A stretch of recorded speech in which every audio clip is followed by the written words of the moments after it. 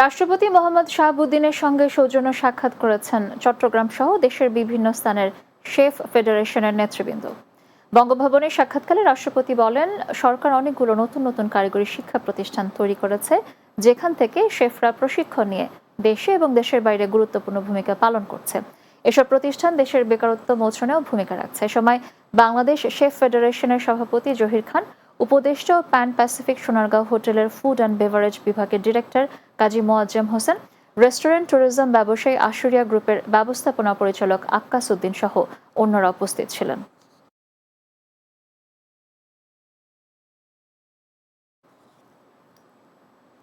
সোমবার চট্টগ্রামের শাহ আমানত বিমানবন্দর থেকে 4 কেজি কোকেন সহ এক বিদেশি নাগরিককে আটকের ঘটনায় সংবাদ সম্মেলন করেছে মাদকদ্রব্য নিয়ন্ত্রণ অধিদপ্তর।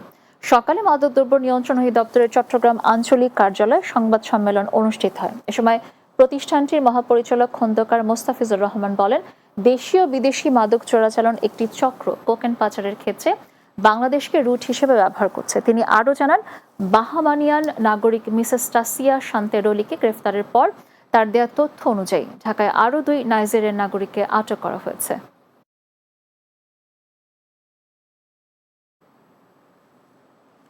ঢাকা সহ দেশের বিভিন্ন বিশ্ববিদ্যালয়ে কোটা সংস্কার আন্দোলনরত শিক্ষার্থীদের ওপর হামলার প্রতিবাদে সীতাকুণ্ডে ঢাকা চট্টগ্রাম মহাসড়ক ও রেলপথ অবরোধ করেছে আন্তর্জাতিক ইসলামী বিশ্ববিদ্যালয়ের শিক্ষার্থীরা। সকালে কুমিরা আন্তর্জাতিক ইসলামী বিশ্ববিদ্যালয়ের সামনে সড়কে অবস্থান নিয়ে আন্দোলন করে শিক্ষার্থীরা। পুলিশ জানায়, আন্দোলনকারীরা সকালে ঢাকা চট্টগ্রাম মহাসড়ক অবরোধ করে, ফলে উভয় লেনেই বন্ধ হয়ে গেছে যান চলাচল। তাদের বুঝিয়ে সরিয়ে নিতে কাজ করছে পুলিশ। এর আগে বিশ্ববিদ্যালয়ের শিক্ষার্থীরা ঢাকা চট্টগ্রাম রেলপথ অবরোধ করলে ঢাকা চট্টগ্রাম রুটে চলাচল করা একাধিক ট্রেন আটকে পড়ে দুই পাশে।